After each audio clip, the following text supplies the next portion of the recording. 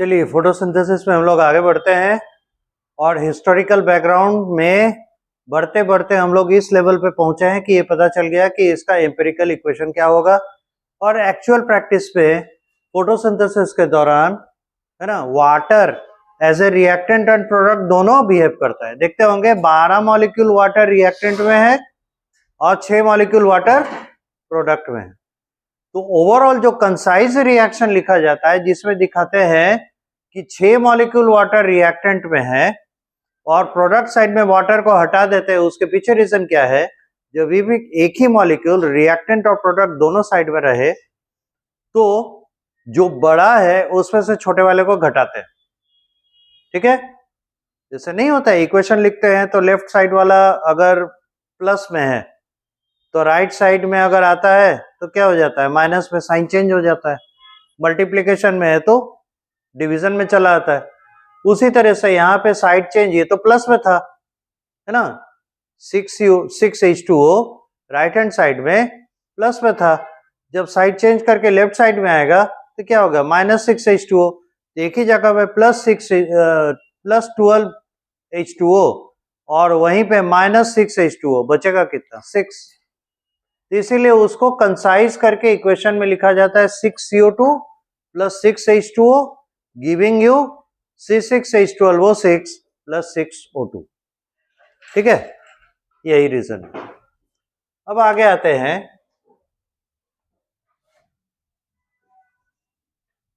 The steps in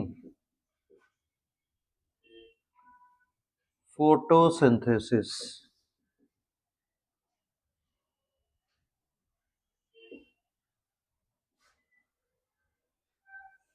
इसमें होता है क्या? There is an organization of photosynthetic pigments। Photosynthetic pigments का ऑर्गेनाइजेशन होता है और एक प्रोसेस है उसे कहते हैं chromatography. A process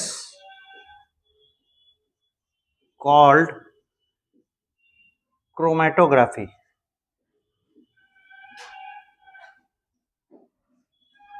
can separate on paper the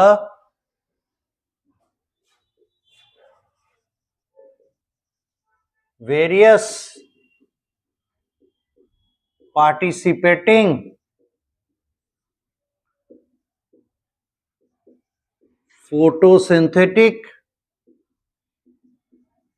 pigments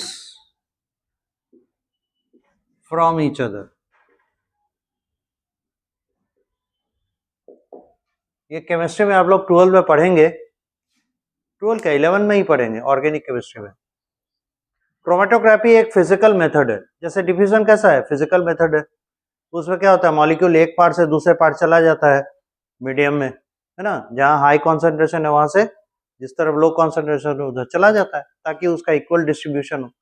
उसी तरह क्रोमेटोग्राफी भी एक मेथड है। उसमें हम लोग क्या कोशिश करते हैं कि जो मॉलिक्यूल है, मॉलिक्यूल ऑफ इंटरेस्ट है, उसको एक एक मीडियम में से दूसरे मीडियम में हम लोग ले आते हैं।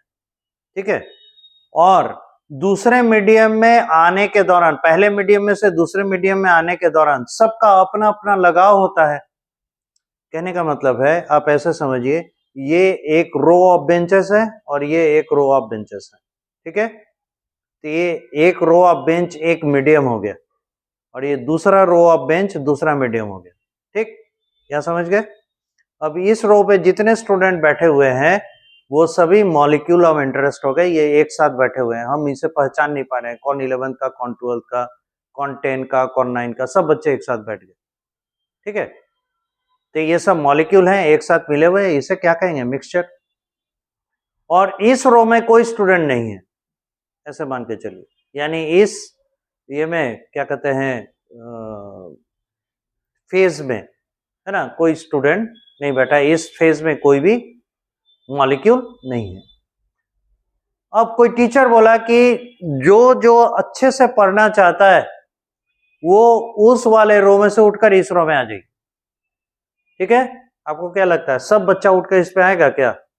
नहीं, कुछ सोचेगा हम तो आगे बैठे हैं, हमको तो वहां जाके पीछे जगह मिले, हम काहे हटे, नहीं हटेगा। इसका मतलब क्या हुआ, उसका इस रो से ज्यादा लगाव इस रो में है ना। कुछ ऐसा सोचेगा यहाँ पे ग्रुप बना के बैठे, वहां बैठेंगे तो टूट जाएगा ग्रुप, अलग बैठना पड़ेगा, सर देख लेंगे बात कर रहे हैं, तो नहीं हटेगा। कुछ एक होगा जो एक्चुअली में पढ़ने आया वही बोलेगा नहीं हम पहले वहां जाके पहले बैठेंगे, हाँ ये होड़ मच जाएगा और आके बैठेगा। तो देख रहे हैं, अगर इनको इस रो में बैठाने का जो एक्टिविटी है उसमें अगर हम क्लास तैयार करें, मतलब कौन आसानी से आ गया, कौन थोड़ा मुश्किल से आया, कोई आया ही नहीं, तो इस आधार पे हम दो मतलब सभी मॉलिक्यूल्स को एक दूसरे से अलग कर सकते हैं। जिसका इस रो के साथ ज्यादा एफिनिटी होगा वो ज्यादा आगे आएगा, जिसका कम एफिनिटी है थोड़ा पीछे रहेगा, जिसका बहुत कम होगा एकदम पीछे आएगा, और जिसका होगा ही नहीं तो उसमें इवन नहीं करेगा, है कि नहीं। इस तरीके से हम लोग क्या कर सकते हैं, उनके रिलेटिव एफिनिटी, उनके लगाव के आधार पर हम एक फेज में से दूसरे फेज में मॉलिक्यूल को जब ट्रांसफर करते हैं तो मॉलिक्यूल एक दूसरे से अलग होने लगते हैं। ठीक है, मोर और लेस इसी तरह का बात है, इसी को कहते हैं क्रोमेटोग्राफी। तो ये एफिनिटी, लगाव, ये कैसा चीज है, कैसा प्रॉपर्टी है, फिजिकल प्रॉपर्टी। इसीलिए हम कहे कि क्रोमेटोग्राफी एक फिजिकल फेनोमेना है जिसके मदद से अगर हम अलग अलग प्रकार का, है ना, मेथड अप्लाई करें तो दुनिया के हर एक मॉलिक्यूल को एक दूसरे से सेपरेट कर सकते हैं। अब बोलिएगा सोडियम नाइट्रेट और पोटेशियम नाइट्रेट को अलग करके दिखा दीजिएगा, हम कहेंगे वो भी हो सकता है, वो भी पॉसिबल है। आप कहिएगा किसी भी ऑर्गेनिक मैटर को इनऑर्गेनिक कंपाउंड से अलग कर दीजिएगा, हम बोलेंगे वो भी पॉसिबल है। हर एक के कुछ स्पेसिफिक प्रॉपर्टीज होते हैं, उसके आधार पे हम केमिकल्स को एक से दूसरे से अलग कर सकते हैं। पर मोर और लेस क्या है, क्रोमेटोग्राफी को हम लोग ऑर्गेनिक कंपाउंड्स को एक से दूसरे से सेपरेट करने के लिए इस्तेमाल करते हैं। क्योंकि इनऑर्गेनिक कंपाउंड्स में मान लेते हैं मेटल के कंपाउंड्स हैं, है ना, ग्रुप 1 के कंपाउंड्स हैं या ग्रुप 2 के कंपाउंड्स हैं, ज्यादातर करके उनके प्रॉपर्टीज बहुत सिमिलर होते हैं, तो उनको एक दूसरे से अलग करना बहुत डिफिकल्ट होता है। तो उसमें कई बार केमिकल्स बहुत हार्श, बहुत ज्यादा कड़े परीक्षण से गुजरते हैं, जैसे बहुत हाई टेम्परेचर कर दिया एटसेट्रा, तो उसमें डिस्ट्रक्शन भी होता है। तो हम लोग इसलिए इसको लिमिट करते हैं और क्रोमेटोग्राफी के मदद से ऑर्गेनिक सब्सटेंसेस को एक दूसरे से, ऑर्गेनिक सब्सटेंस को एक दूसरे से अलग हो जाएंगे डेफिनेटली। तो अब एक बात बताइए, ये जो कलरफुल मॉलिक्यूल्स हैं, फोटोपिगमेंट्स है, फोटोसिंथेटिक पिगमेंट्स, ये क्या है, ऑर्गेनिक कंपाउंड्स ही तो हैं, बायोमॉलिक्यूल्स ही तो हैं, लिविंग सेल में बन रहे हैं। आप कभी सोचे, कभी सुने कि क्लोरोफिल को हम लेबोरेटरी में सिंथेसिस कर लिए? नहीं पॉसिबल। तो इसीलिए, और उनको आप बनाकर लंबे समय तक रख भी नहीं पाएंगे, क्लोरोफिल टूट जाएगा, पर सेल में लंबे समय तक बना रहता है। तो बहुत सारा एडजस्टमेंट है जो वो करता है, इसीलिए तो इन्हें बायोमॉलिक्यूल्स कर रहे हैं। तो बायोमॉलिक्यूल्स के भीड़ में से स्पेसिफिक बायोमॉलिक्यूल को एक से दूसरे से अलग हम क्रोमेटोग्राफी की मदद से कर सकते हैं। तो उसके आधार पे, उसके लिए हम लोग यूज करते हैं दो सतह, दो सरफेस, दो फेज, एक्चुअली इसके लिए टर्म यूज होता है फेज। एक लिक्विड फेज यूज करते हैं, एक सॉलिड फेज यूज करते हैं। तो सभी लिक्विड में है, और सॉलिड फेज के लिए हम लोग क्या करते हैं, पेपर डालते हैं। कैसा पेपर? तो वो फिल्टर पेपर की तरह ही होता है जो पानी सोख लेता है, उसी तरह का होता है, उसे वॉटमन पेपर कहते हैं। उस वॉटमन पेपर पर क्या होगा, जैसे ही सॉल्वेंट पे टच करेंगे, सॉल्वेंट, पेपर का गुण क्या है, लिक्विड को एब्जॉर्ब करता है ना, तो लिक्विड इसे एब्जॉर्ब होगा। लेकिन लिक्विड के साथ, लिक्विड में जो ये मॉलिक्यूल्स हैं जो इसमें डिसॉल्व्ड है, ऑर्गेनिक कंपाउंड्स, अब वो सॉल्वेंट के साथ उतना आगे, सबसे आगे तक जाएगा, बहुत आगे तक जाएगा जिसका सॉल्वेंट के साथ ज्यादा एफिनिटी है, और जिसका सॉल्वेंट के साथ कम एफिनिटी है वो पीछे छूटता चला जाएगा। इस तरीके से ग्रेड मिलेगा है ना, अलग अलग बैंड्स मिलेंगे कंपाउंड्स। कहने का मतलब है, आप ऐसे देखिए, मान लीजिए ये एक बीकर है, ठीक है, और इसमें क्या किया हुआ है, ये सॉल्वेंट है, सॉल्वेंट जिसमें कि कंपाउंड को डिसॉल्व किया जाएगा, और इसमें मिक्सचर है। तो इसमें मिक्सचर हम लोग स्पेसिफिक करते हैं, मिक्सचर ऑफ क्या है, फोटोपिगमेंट्स, ठीक है, मिक्सचर ऑफ फोटोपिगमेंट्स है। अब ये आप कहां से लाए, आप हमसे पूछेंगे, तब बोलेंगे बहुत आसान है, किसी भी साग का पत्ता ले लीजिए, साग, लाल साग, हरा साग, कितने तरह का साग है वो भी छोड़ दीजिए, कोई भी पत्ता ले लीजिए, उसको बढ़िया से एक्सट्रैक्ट बनाइए। फोटोसिंथेटिक पिगमेंट तो लीफ में ही मिलेगा ना, किचन तो वही है, खाना बनाने के लिए ही तो उसे बनाया है उसने, है ना। तो ये फोटोसिंथेटिक पिगमेंट्स किन में मिलेंगे, लीफ में। लीफ का एक्सट्रैक्ट बना लीजिएगा, उसको डिसॉल्व कर लीजिएगा, बस आ गया, इसका मिक्सचर बन गया, सो सिंपल, ठीक है। तो ये कंपाउंड्स यहां लाए गए हैं लीफ एक्सट्रैक्ट से, लिख ही लीजिए, फ्रॉम लीफ एक्सट्रैक्ट। अब क्या करें, एक पेपर लेते हैं,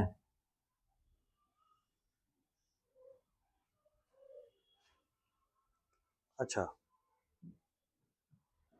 लीफ एक्सट्रैक्ट बना के रखे हैं,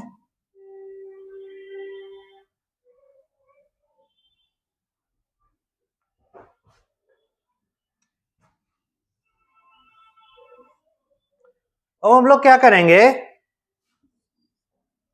एक दूसरा बीकर लेंगे और इसमें उस सॉल्वेंट को डालेंगे जिसमें कि मिक्सर को प्लेस किया गया है, ठीक है, इसमें घोल के रखें, तो उस प्योर सॉल्वेंट को इसमें डालेंगे, ध्यान रखेंगे, ठीक है, सॉल्वेंट इसमें पड़ा हुआ है। अब हम लोग क्या करेंगे, एक पेपर स्ट्रिप लेंगे लंबा सा,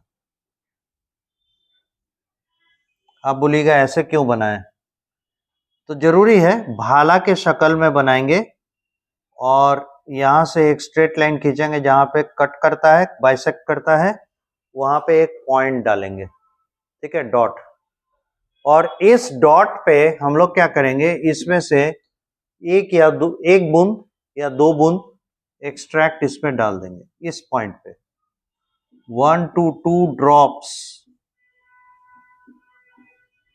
of mixture of photopigments, 1 से 2 बूंद फोटोपिगमेंट का यहां गिराएंगे, यहां से लेके, ठीक है। तो इसमें क्या होगा, सारे पिगमेंट सब यहां आ गए, सब तो हम मान के चलने की सब बराबर रूप से, होमोजेनियस रूप से मिक्सचर बने हुए हैं, तो सब यहां आ गए।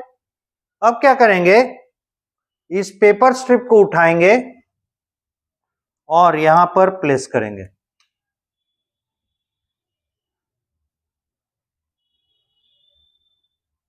ध्यान ये रखना है, इस तरीके से रहे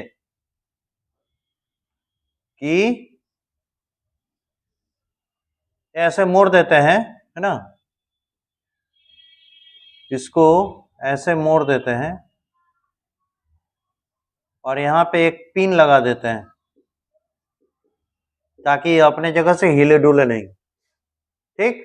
और इसका जो टिप है उसको इस लिक्विड के लेयर के साथ जस्ट टच कराते हैं, ऐसा नहीं कि डुबा देंगे, जस्ट टच कराएंगे।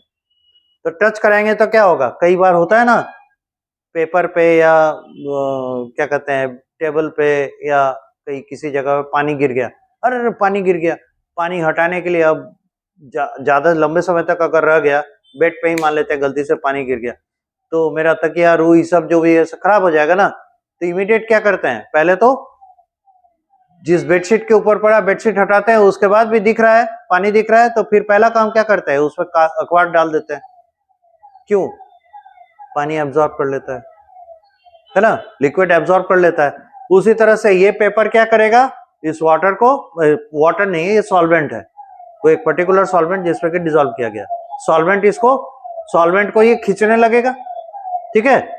तो समय के साथ क्या होगा, सॉल्वेंट राइज करेगा ना ऊपर की ओर, पर एक लिमिट है जिसके बियॉन्ड ये सॉल्वेंट को ऊपर नहीं खींच पाएगा। क्या लगता है पूरा का पूरा सॉल्वेंट इधर से एकदम एक पाइप है क्या कि इधर से टप टप टप बूंद करके गिरने लगेगा? नहीं, मान लेते हैं यहां तक, इस हाइट तक गया, उसका तो रुक जाएगा, इस ऊपर नहीं जाएगा, ठीक है। तो जिस समय सॉल्वेंट इस पे चल रहा होगा ऊपर की ओर, तो यहां पर प्रेजेंट मिक्सचर मॉलिक्यूल्स को अब दो सतह मिल रहे हैं। ये बात गौर कीजिए, जिस समय सॉल्वेंट इस पर राइज कर रहा है, लिक्विड फेज जब इस सॉलिड फेज पे राइज कर रहा है, उस समय सॉल्वेंट पे प्रेजेंट जो मिक्सचर मॉलिक्यूल्स हैं उन्हें दो सरफेसेस मिल रहे हैं, दो सतह मिल रहे हैं, दो फेजेस मिल रहे हैं। एक सरफेस मिल रहा है लिक्विड जो ऊपर चल रहा होगा, और दूसरा सरफेस मिलेगा ये सॉलिड यानी पेपर, ठीक है। यहीं पे उस सॉल्वेंट में प्रेजेंट मिक्सचर मॉलिक्यूल्स का जजमेंट होगा कि किसको इस सॉल्वेंट से ज्यादा लगाव है और किसको इस सरफेस से ज्यादा लगाव है। या आप ऐसे कह सकते हैं, किस मिक्सचर मॉलिक्यूल को इस सॉल्वेंट के साथ ज्यादा एफिनिटी है, वो उस सॉल्वेंट के साथ उतना दूर तक जाएगा, और जिसका एफिनिटी, जिसका लगाव कम होगा, थोड़ी दूर जाने के बाद रुक जाएगा। समझ गए? तो इसके बाद हम लोग देखते हैं क्या लिक्विड जब यहां तक चढ़ गया, हम लोग बंद कर देते हैं। बंद कैसे करेंगे, इसको इससे निकाल लेंगे, ठीक है। निकालने के बाद इसको थोड़ा सा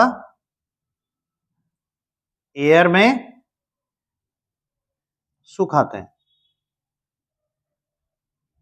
और पाएंगे क्या,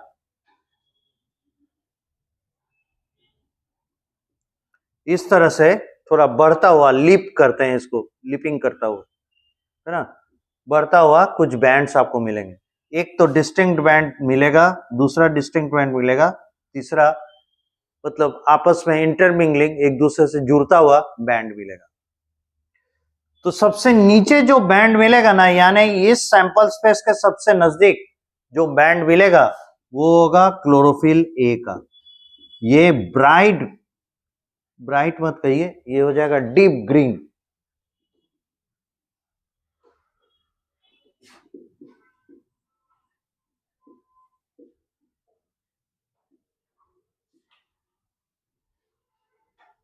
डीप ग्रीन कलर बैंड मिलेगा, ठीक है। इसके ऊपर जो आपको मिलेगा ये होगा क्लोरोफिल बी का, ये होगा लाइट ग्रीन।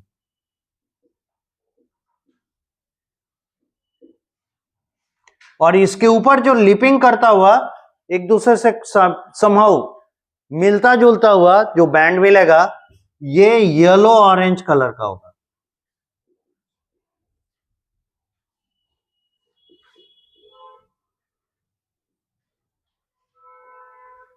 और इसमें रहेंगे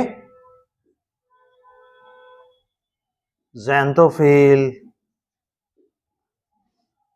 कैरोटीनॉइड एटसेट्रा, ये सब पाए जाएंगे, ठीक है। तो आप बताइए, ये सब जो बैंड्स आए, ये जो कंपाउंड्स आए, ये कहां से आए? लीफ एक्सट्रैक्ट में से आए ना। लीफ को, उसको पीसने के बाद उसमें जो केमिकल्स थे सब बाहर आ गए होंगे, उन्हीं को उनका सॉल्वेंट मिलने के बाद सॉल्वेंट के साथ ऊपर की ओर चढ़े, है ना। तो सोचिए, तो सबसे पीछे छूट गया कौन? क्लोरोफिल ए, यानी क्लोरोफिल ए का उस सॉल्वेंट के साथ एफिनिटी कम है। उससे आगे की तरफ और ऊपर की तरफ चढ़ा कौन? Chlorophyll B. इसका मतलब है सॉल्वेंट के साथ क्लोरोफिल बी का एफिनिटी और ज्यादा है, इसलिए इससे और आगे तक उसका साथ दिया, उसके बाद छोड़ दिया। और सबसे आगे तक ये कलेक्शन ऑफ फोटोपिगमेंट्स गए, जिसमें ज़ैंथोफिल, कैरोटीनॉइड एटसेट्रा एटसेट्रा है, यानी उनका एफिनिटी इस सॉल्वेंट के लिए इन दोनों से अधिक है, इसीलिए वो सॉल्वेंट के साथ आगे तक चला, ठीक है। तो ये प्रोसेस है क्रोमेटोग्राफी का, और इससे हम पता कर सकते हैं कि कौन कौन से मॉलिक्यूल या मोरलेस कैसे कैसे मॉलिक्यूल्स लीफ के क्लोरोप्लास्ट में पाए जाते हैं, क्योंकि ये कलरफुल मॉलिक्यूल्स होंगे कहाँ, क्लोरोप्लास्ट पे ना। तो हम लोग जब उसको क्रश कर रहे हैं तो क्लोरोफिल भी क्रश, क्लोरोप्लास्ट भी क्रश हो गया होगा, तभी ना उसमें से बाहर आया। सेल तो बड़ा सॉफ्ट एंड सेंसिटिव स्ट्रक्चर होता है ना, उसको अगर आप हैमर कीजिएगा, क्रश कीजिएगा तो फटेगा ही ना, डिस्ट्रक्शन तो होगा।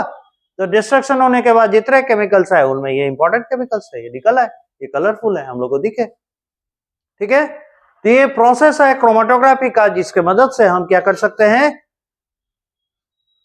जो फोटोसिंथेटिक पिगमेंट्स है उनको एक दूसरे से अलग कर सकते हैं। अब यहां के बाद आगे का सिस्टम शुरू होगा। इसका मतलब है अगर हम इस पेपर को यहां से काट कर वापस इस सॉल्वेंट में डुबाएं तो हमको किसका सॉल्यूशन मिलेगा, क्लोरोफिल ए का। उसी तरह से अगर इसको काटकर हम इसका सॉल्वेंट में डुबा दें तो किसका सॉल्यूशन मिलेगा, क्लोरोफिल बी का। और उसका इसको काटकर डुबाएं तो ग्रुप का मिलेगा, ज़ैंथोफिल, कैरोटीनॉइड, ये सब होंगे। ठीक है, इस तरीके से आप सबका अलग अलग सॉल्यूशन बना लिए। ठीक है, इस तरीके से इनको काटकर अलग करके इनका अलग अलग सॉल्यूशन बना सकते हैं, है कि नहीं। फिगर के बारे में आप लिख देंगे, process of separating photopigments from each other by, इसमें पेपर यूज किया है ना तो इसलिए पेपर क्रोमैटोग्राफी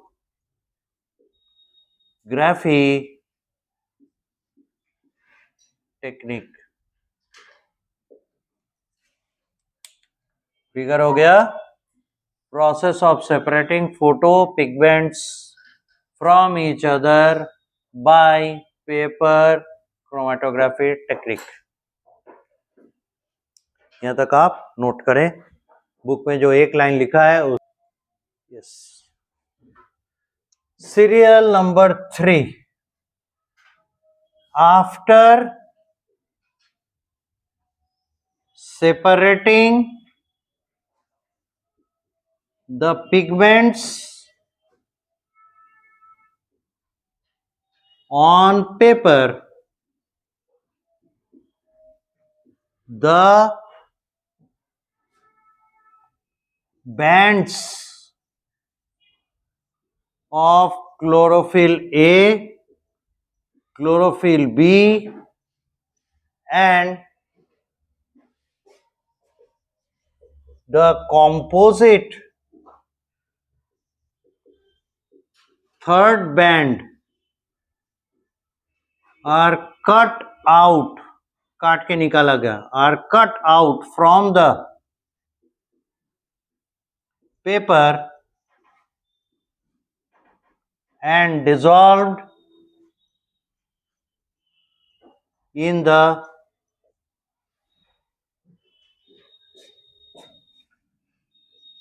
solvent। यहां आप सॉल्वेंट का नाम लिख दें एसीटोन सेपरेटली, ऐसा नहीं कि फिर मिला दें, एक में सबको घोल दिए, नहीं, अलग अलग उसको डिसॉल्व करना है। एक क्लोरोफिल ए का सॉल्वेंट हो जाएगा, यानी क्लोरोफिल ए को एक अलग जगह पे एसीटोन में घुलाएंगे, दूसरा सॉल्यूशन तैयार करेंगे क्लोरोफिल बी का, और तीसरा कंपोजिट सॉल्यूशन तैयार करेंगे। ठीक है, सीरियल नंबर 4, नाउ बाय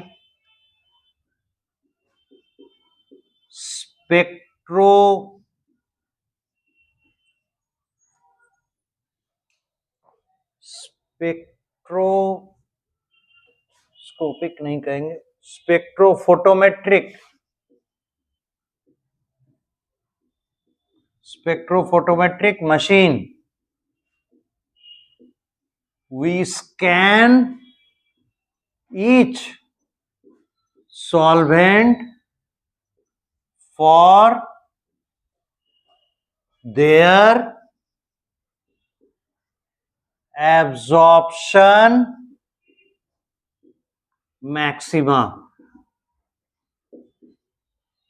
अब ये लाइन समझने वाला, अभी लिखिए नहीं, हम लोग अभी क्या कह रहे हैं कि तीनों का अलग अलग, तीनों बैंड को अलग अलग काट कर अलग करेंगे, करने के बाद अलग अलग सॉल्यूशन बनाएंगे। उसके बाद ये मशीन है स्पेक्ट्रोफोटोमीटर, इस स्पेक्ट्रोफोटोमीटर मशीन से हम तीनों का एब्जॉर्प्शन मैक्सिमा स्कैन करेंगे। अभी एब्जॉर्प्शन मैक्सिमा क्या हो गया यह पता करने का तरीका कहता है, स्पेक्ट्रोफोटोमीटर है ना, तो वो लाइट यूज करेंगे, वो वेव यूज करेंगे जिससे हमको दिखता है, यानी visible region of light use करेंगे। विजिबल रीजन ऑफ लाइट अगर यूज करेंगे तो इसका वेवलेंथ कितना होगा, 340 नैनोमीटर से लेके 740 नैनोमीटर के बीच में, ठीक है। और इसमें हम चुनना चाहेंगे, पता करना चाहेंगे कि कौन वाला वेवलेंथ क्लोरोफिल ए एब्जॉर्ब करता है सबसे ज्यादा, कौन वाला क्लोरोफिल बी एब्जॉर्ब करता है, और कौन वाला ज़ैंथोफिल कैरोटीनॉइड का ग्रुप एब्जॉर्ब करता है, ठीक है। जिसको सबसे ज्यादा एब्जॉर्ब करेगा वो हो जाएगा उसका एब्जॉर्प्शन मैक्सिमम। कहने का मतलब ये वो वेवलेंथ है जिस पर मैक्सिमम एब्जॉर्प्शन शो होता है, इसीलिए एब्जॉर्प्शन मैक्सिमा कहलाया, ठीक है। और आपको पहले भी बताया है कि एब्जॉर्प्शन मैक्सिमा किसी भी कंपाउंड का अपना पर्सनल प्रॉपर्टी है, वो फुटप्रिंट है। अगर हम वेवलेंथ स्कैन करते समय किसी खास एब्जॉर्प्शन मैक्सिमा पे पहुंचे किसी सॉल्यूशन में, और हमारे पास अगर लिस्ट हो कि कौन वाला मॉलिक्यूल कितने वेवलेंथ पे एब्जॉर्प्शन मैक्सिमा शो करता है, और हम स्कैन करने के बाद किसी एक एब्जॉर्प्शन मैक्सिमा पे पहुंचे, लिस्ट देख के बता देंगे कि सॉल्यूशन में दिया गया मॉलिक्यूल यही है। इस तरीके से हम बिना किसी केमिकल रिएक्शन के इस फिजिकल मेथड से मॉलिक्यूल का डिटेक्शन कर सकते हैं, कंपाउंड का डिटेक्शन कर सकते हैं। समझ में आई बात? हर एक मॉलिक्यूल जो किसी न किसी में तो सॉल्युबल होगा ही होगा, चाहे वाटर में हो, चाहे इथेनॉल में हो, चाहे ईथर में हो, किसी एक में होगा, तो हम उसी में उसका एब्जॉर्प्शन मैक्सिमा शो चेक करेंगे, ठीक है। इस तरीके से हम लोग क्या कर सकते हैं, किसी पर्टिकुलर मॉलिक्यूल को आइडेंटिफाई कर सकते हैं कि ये प्रेजेंट है अथवा नहीं, ठीक है।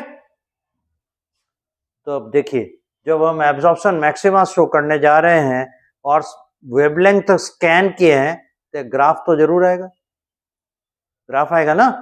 जो हम स्कैन किए हैं, स्कैन करने के बाद जब रिजल्ट दे रहे हैं, किसी एक वेवलेंथ पे सबसे ज्यादा हमको एब्जॉर्प्शन मिला तो उसका ग्राफ आएगा, और उसी को हम लोग कहेंगे एब्जॉर्प्शन मैक्सिमा ग्राफ, ठीक है।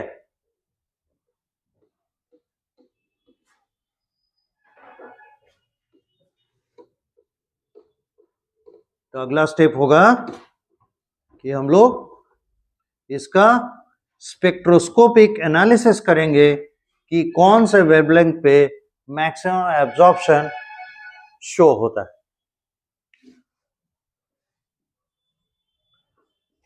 Then we get a graph of absorption maxima of these photopigments.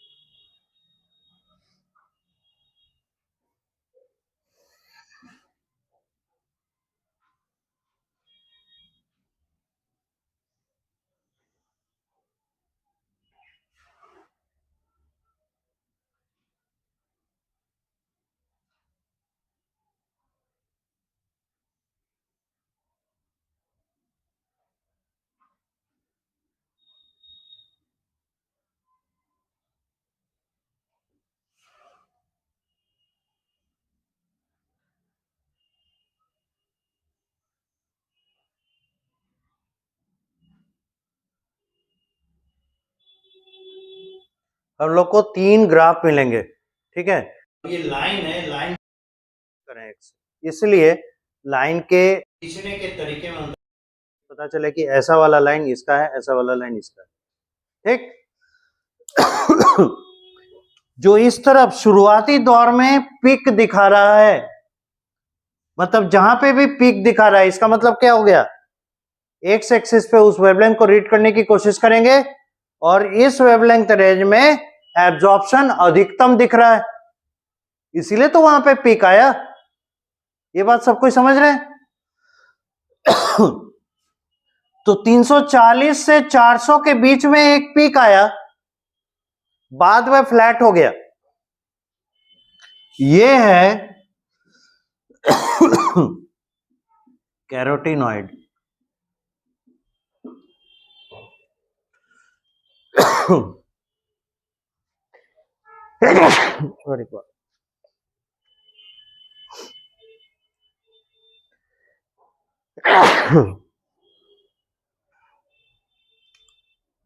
उसके बाद 340 के ही रेंज में 340 से 400 के बीच में लगभग एक पीक आता है, और एक पीक हम लोग को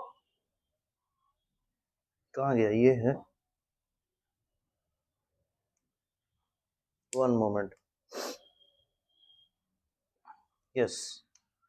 दूसरा देखिए, 340 से 400 के बीच में एक पीक आ रहा है, और फिर 700 से 740 के आसपास एक पीक आ रहा है, लेकिन इस पीक का हाइट ज्यादा नहीं है। दिख रहे हैं ना, ये वाला ब्रोकन लाइन, ये पीक आता है, ये एब्जॉर्प्शन मैक्सिमा का ग्राफ है, किसका, क्लोरोफिल ए का, ठीक है। और एक हम लोग को दिख रहा है 340 से 400 के बीच में अच्छा खासा पीक है, और फिर 700 से 740 के बीच में फिर एक अच्छा खासा पीक है। ये क्लोरोफिल बी का ग्राफ है। और आप जानते होंगे कि VIBGYOR में ये 340 से शुरू होके 740 नैनोमीटर तक जाता है, और ये आता है आपको करीब करीब मिडिल में, यानी 500 टू 600 नैनोमीटर के आसपास होगा। ये ग्रुप है किसका, यहां से लेके यहां तक 340 से लेके 400 समथिंग नैनोमीटर, ये है ब्लू लाइट का। और इस तरफ का रेंज है रेड लाइट का। और आप जानते होंगे 3 प्रकार के बेसिक या फंडामेंटल कलर्स होते हैं हमारे आईज में भी और किसी प्रिंटर में भी। देखिएगा, हमारे आईज में कोन सेल्स होते हैं जिनके मदद से हम कलर पहचानते हैं, और हमारे आईज में रेटिना पे 3 प्रकार के कोन सेल्स होते हैं। एक होते हैं रेड वाले, एक होते हैं ब्लू वाले, और एक होते हैं ग्रीन वाले। इन तीनों के अलग अलग एक्साइटेशन को हमारा ब्रेन एनालाइज करके मिलियंस ऑफ कलर्स डिस्क्राइब कर पाता है। हम जो मतलब 10-20 लाख प्रकार का कलर आइडेंटिफाई कर पाते हैं, वो इन्हीं रेड, ब्लू और ग्रीन लाइंस के मदद से, मतलब कलर पिगमेंट्स के मदद से। तो उसी प्रकार इनका रेंज होता है। तो हायर रेंज रेड में जाएगा, लोअर रेंज ब्लू में जाएगा, मिडिल रेंज ग्रीन में आएगा, ठीक है। अब याद कीजिए तो इंगलमैन का एक्सपेरिमेंट कुछ था, वो कुछ बताकर गए थे कि ऑक्सीजन जनरेशन कहां दिखा था, इसमें दिखा था क्या? और यहां मशीन के मदद से देखिए तो यहां पर कोई पीक आ रहा है क्या? इसका मतलब इस रेंज ऑफ लाइट को ना तो ये और ना ये एब्जॉर्ब करता है।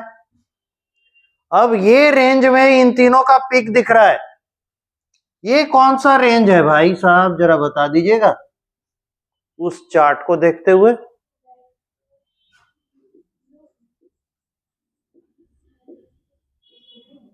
ये ब्लू रेंज है क्या? और ये कौन सा रेंज है? रेड रेंज है क्या? और इन दोनों के बीच में ग्रीन रेंज है क्या? अब क्लियर कट बात समझ में आ रही है? क्यों ऑक्सीजन इस रेंज में नहीं निकला? क्योंकि साहब ये जो फोटोपिगमेंट्स हैं वो इस रेंज के लाइट को एब्जॉर्ब ही नहीं करते, इसीलिए इस रेंज में आपको ऑक्सीजन के बबल्स फोटोसिंथेसिस होते हुए नहीं मिले। क्लियर? इससे आप समझ पा रहे हैं? ये फिगर है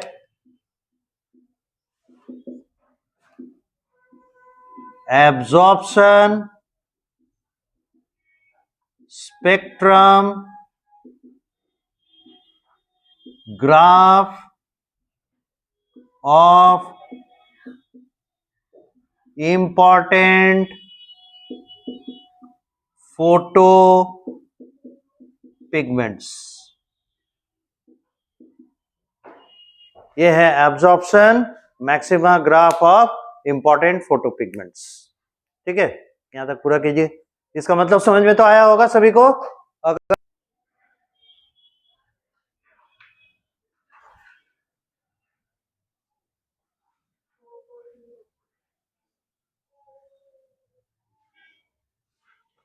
तो यहां हम लोग जो दूसरा वाला ग्राफ देख रहे हैं ये एक्शन स्पेक्ट्रम ऑफ फोटोसिंथेसिस है। पहले ड्रॉ कर लीजिए फिर एक्सप्लेन करते हैं। देखिए एक टर्म यूज हुआ है इसके साथ, वो है एक्शन स्पेक्ट्रम। ये कहने का मतलब क्या है? स्पेक्ट्रम मतलब तो जानते हैं लाइट को, व्हाइट लाइट को उसके कंपोनेंट से तोड़ दीजिए, दिस इज स्पेक्ट्रम। अब एक्शन मतलब स्पेक्ट्रम द्वारा एक्शन किया जा रहा है, काम किया जा रहा है, तो what it will do? It will do photosynthesis. So particular component of life if is being used for photosynthesis, and if we are able to plot a graph of the rate of photosynthesis versus the wavelength, indicating particular wavelength actually, then we can get the action spectrum, the range of wavelengths that will help in doing photosynthesis. And this graph clearly mentions that in the green region, no photosynthesis. In the blue region, photosynthesis. In the red region, photosynthesis is being done. Further, if you can superimpose, means what? If you have to, or if you can put this graph just over it, then you will find that it is showing at that particular group of wavelength its peaks where chlorophyll A and especially chlorophyll B are showing their absorption maxima. So you get from here that the chlorophyll A and chlorophyll B are the major helping components of the photopigments that are helping to do photosynthesis. Alongside, in the lower range of wavelength, that means at higher range of energy, the carotenoid joins hand, carotenoid भी अपना भागीदारी निभाता है higher order of energy में। Blue light का energy ज्यादा ना होगा क्योंकि वेवलेंथ और एनर्जी के बीच में उल्टा रिलेशन है ना, तो अगर वेवलेंथ घटा एनर्जी बढ़ा, वेवलेंथ बढ़ा एनर्जी घटा। तो इसीलिए हम लोग कह रहे हैं कि हायर रेंज ऑफ एनर्जी में भी, है ना, आपको फोटोसिंथेसिस जो होता है उसमें न केवल क्लोरोफिल ए और बी बल्कि कैरोटिनॉइड भी भागीदारी निभाते हैं, हेल्प करते हैं। और लोअर रेंज ऑफ वेवलेंथ में कैरोटिनॉइड तो भागीदारी नहीं निभाता, लेकिन लोअर रेंज ऑफ एनर्जी या हायर रेंज ऑफ वेवलेंथ, इसमें कैरोटिनॉइड तो पार्टिसिपेट नहीं करता, लेकिन क्लोरोफिल ए और क्लोरोफिल बी दोनों पार्टिसिपेट करते हैं। इसलिए इन्हीं दोनों रीजन्स में हम लोग को फोटोसिंथेसिस होता हुआ दिखता है। और इतना मेहनत करके प्रैक्टिकली इंस्ट्रूमेंटेशन के साथ जो हम लोग प्रूफ कर रहे हैं एब्जॉर्प्शन स्पेक्ट्रम और एक्शन स्पेक्ट्रम के मदद से कि कौन से ग्रुप ऑफ वेवलेंथ पे फोटोसिंथेसिस होता है, ये काम तो एंगलमैन साहब आज से 150-200 साल पहले ही कर दिए। बहुत ही सिंपल एक्सपेरिमेंट से जिसका हम आज प्रमाण दे सकते हैं। समझ में आया? तो एक दो सेंटेंस लिखिए। द एक्शन, लिखने के बाद नीचे लिखिएगा द एक्शन स्पेक्ट्रम ऑफ, थोड़ा जगह छोड़ दीजिए जिनका नहीं बना है। The action spectrum of wavelengths, the action spectrum of wavelengths show that which are the wavelengths, show that which are the wavelengths of visible region of light, which are the wavelengths of visible region of light, visible region, REGI1, visible region of light in which photosynthesis will occur, in which photosynthesis will occur, shows a, comma देके, shows a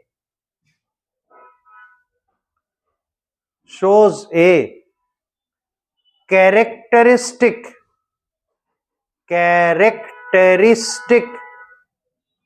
nature,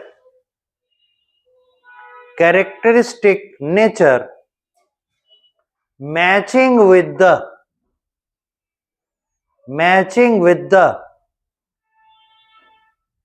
absorption spectrum graph of, matching with the absorption spectrum graph of chlorophyll A, chlorophyll B, absorption spectrum graph of chlorophyll A and chlorophyll B,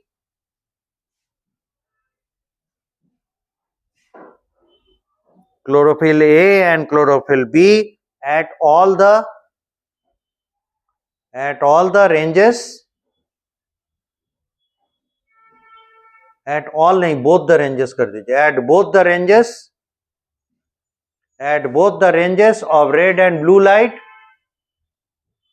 at both the ranges of red and blue light, whereas matches with the carotenoids,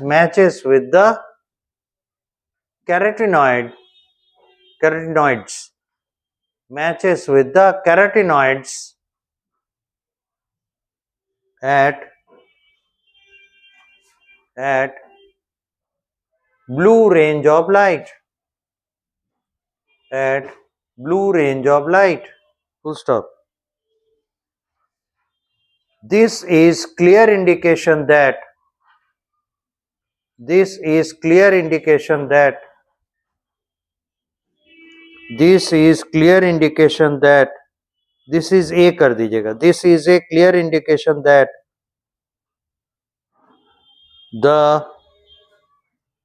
this is a clear indication that the photosynthesis occurs with the help of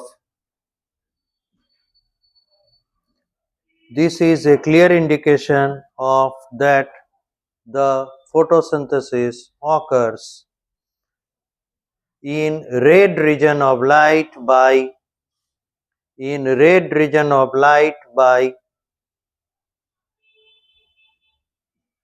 chlorophyll A and chlorophyll B only, chlorophyll A and chlorophyll B only, whereas at higher energy,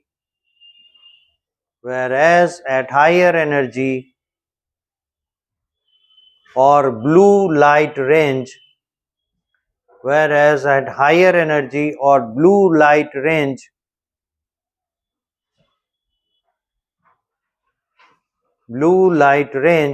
chlorophyll A, chlorophyll B, chlorophyll B and carotenoid, all three participate. Full stop. All three participate. Okay.